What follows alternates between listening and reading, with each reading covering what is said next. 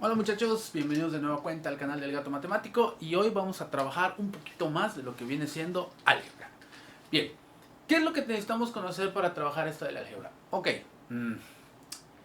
una de las cosas que podemos hacer para pasar de lo que viene siendo el ámbito aritmético al ámbito algebraico, pues es conocer algo llamado lenguaje algebraico.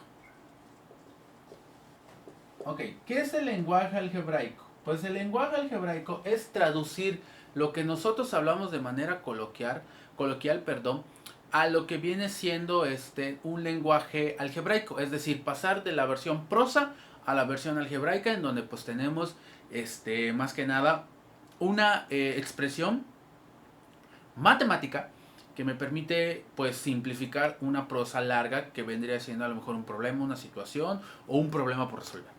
¿Ok? Bueno, pero antes de poder pasar a ello, pues sí es bueno conocer ciertos valores, no ciertos valores, perdón, porque no son valores en sí, sino que más bien son ciertas nomenclaturas o símbolos matemáticos que en algún momento pues ya trabajamos, ¿no? Pero siempre es bueno tenerlo con respecto a manera completa. Es decir, eh, que cuando vamos a hacer una traducción de prosa a algebraico, incluido de algebraico a prosa, pues bueno, hay que saber traducir o entender las palabras que nos están dando para poder darles una simbología matemática y que no cause ambigüedades. Bueno, entre ello, pues vamos a tener lo que vienen siendo los símbolos antes de pasar a ver ejemplos de lo que es el lenguaje algebraico. Bueno, ¿cuáles vienen siendo estos símbolos? Ok, vamos a empezar primero con lo que son los operadores. Por los operadores me refiero a las operaciones matemáticas que nosotros podemos hacer, que vienen siendo suma, resta, multiplicación. Y bueno, aquí en la multiplicación quiero hacer una aclaración. La multiplicación puede ser con una cruz, un punto o, por ejemplo, tener este símbolo de paréntesis. Representan exactamente lo mismo. Por ejemplo, esto que es división, también se puede representar como algo así, que tiene que ver con la fracción, sí, también tiene que ver con ello. O con el símbolo, pues, como de fracción también, ¿no? La diagonal. Tenemos lo que es el circunvexo, que es potencia. Tenemos la raíz, que puede representar raíz cuadrada o cualquier raíz que yo quiera, siempre y cuando le ponga ya lo que es el radical, cuánto le quiero sacar, cúbica, cuarta, quinta, sexta, séptima, octava, novena. Eh, tenemos el log, que es logaritmo. La potencia pues tiene que ver mucho con el exponencial, entonces pues como que no tanto. Bien, tenemos otro símbolo por allá que es igual, el distinto o diferente, que también se suele trabajar mucho en matemáticas. Tenemos los símbolos de desigualdades, que también son muy básicos para cuando estamos trabajando lo que es la parte de la traducción de problemas o del lenguaje coloquial al lenguaje algebraico. Y bueno, esta simbología se lee de izquierda a derecha. Este sería el menor que, este sería el mayor que, y cuando tienen uno abajo y uno arriba, pues sería este es el menor igual que, tenemos el contrario que es el mayor igual que en este significa que bueno, en términos de las desigualdades tenemos las desigualdades estrictas y no estrictas. Este de aquí es el que se le conocen como los estrictos. ¿Ok? Bueno, en sí es la simbología básica que nosotros solemos trabajar.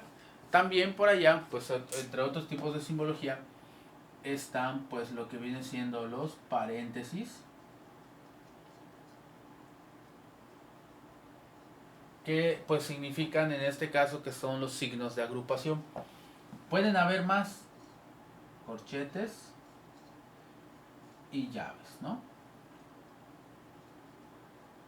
Pero como yo en su momento les había dicho, que en realidad solamente es uno los que se trabaja, las paréntesis, mientras que los de corchetes y llaves pues nada más era como para intentar ver dónde empieza y dónde acaba y que podamos tener una especie de como que de referencia, porque por ejemplo si ustedes revisan su calculadora científica, pues los paréntesis son los únicos signos de agrupación que hay.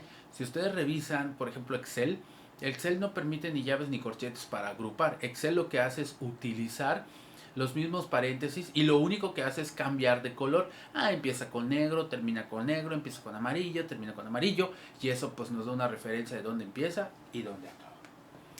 Y bueno, entre otras palabras por ahí que se suelen utilizar, pues está por ejemplo cuando decimos el doble, el triple, la mitad, una tercera parte.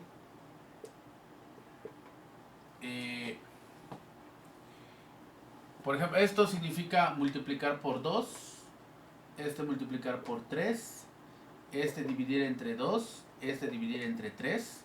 ¿Ok? ¿Qué tiene que ver con estas operaciones? Podemos tener también cuando decimos adicionarle, que estamos hablando de sumarle, reducirle o reducir, pues hablaríamos de resta. Con lo que es potencia y raíz, literalmente nos tendrían que decir que es una potencia y es una raíz. O sea, un número elevado al cuadrado, la suma de dos números elevados al cuadrado, el cuadrado de dos números, la suma de los cuadrados. O sea, siempre hay que cuidar allá qué es lo que me están diciendo y de qué manera. ¿Para qué? Pues para poder determinar dichos valores. ¿Ok? Estos son los más comunes. Existen otro tipo de operadores como el para todo, el existe, el tal que, el entonces, el valor absoluto y demás. Pero bueno, para los fines y usos que por el momento nosotros vamos a estar trabajando, pues estos serían como que los más convenientes por usar. ¿Ok? Y también por ejemplo palabras como por ejemplo constante.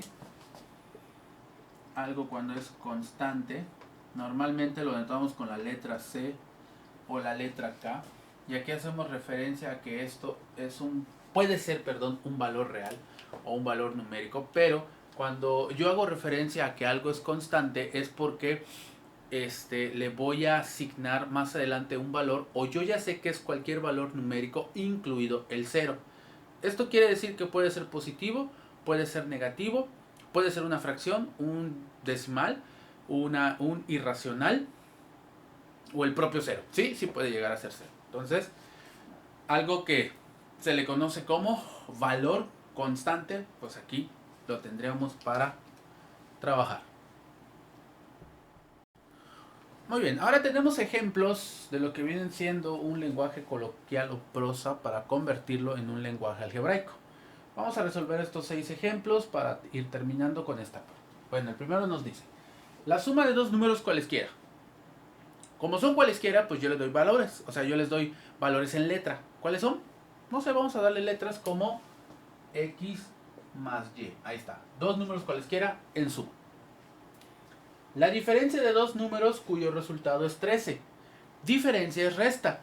Y dos números que yo no conozco, pues entonces le llamo XY, pero yo sé que debe de ser 13.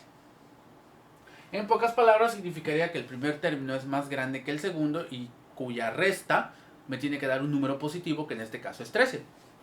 Bien, el tercero. La suma de dos números enteros consecutivos.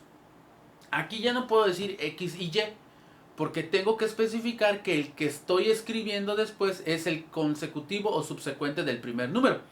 Y como estoy hablando de enteros, pues bueno, un número consecutivo del otro, 3, 4, 5, 6, 7, 8, siempre es más grande por una unidad. Entonces sería decir X más 1. El cuadrado de la diferencia de dos números. Aquí no hay que de hacerle diferencia. O sea, una cosa es Elevar al cuadrado la diferencia y otra cosa es la diferencia de cuadrados. Entonces aquí pues vendría siendo el cuadrado de la diferencia de dos números. Mientras que aquí quiero la diferencia de cuadrados, entonces x cuadrada menos y cuadrada es una diferencia de dos números al cuadrado. El doble del cuadrado de un número aumentado en 2, aumentado es suma, y disminuido en la quinta parte, disminuido es resta, y quinta parte es entre 5, del mismo número que yo tengo. Ahí está.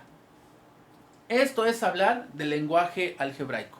Esto es hablar del lenguaje en prosa o un lenguaje coloquial, transformarlo en una expresión algebraica. Fíjense cómo todo esto que está aquí me lleva nada más esto. O como esto que está acá es esto. ¿Ok? Esa es la idea de trabajar el lenguaje algebraico. De pasar de algo muy extenso a algo muy corto.